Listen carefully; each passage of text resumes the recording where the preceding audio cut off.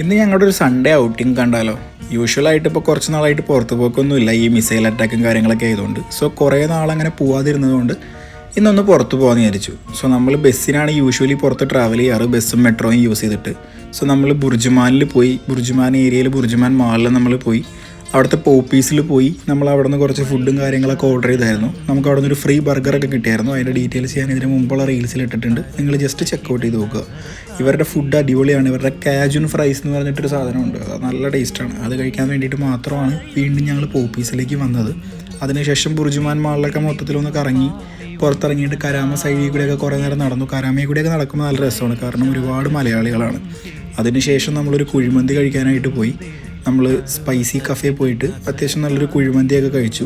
നാട്ടിലത്തെ ടേസ്റ്റുമായിട്ട് കുറച്ചെങ്കിലും ബന്ധമുള്ളൊരു കുഴിമന്തി നമ്മൾ കുറേ കടകളിൽ കഴിച്ചതെന്ന് തോന്നിയത് സ്പൈസി കഫേയിലാണ്. അതിനുശേഷം നമ്മൾ നേരെ വീട്ടിലേക്ക് പോയി.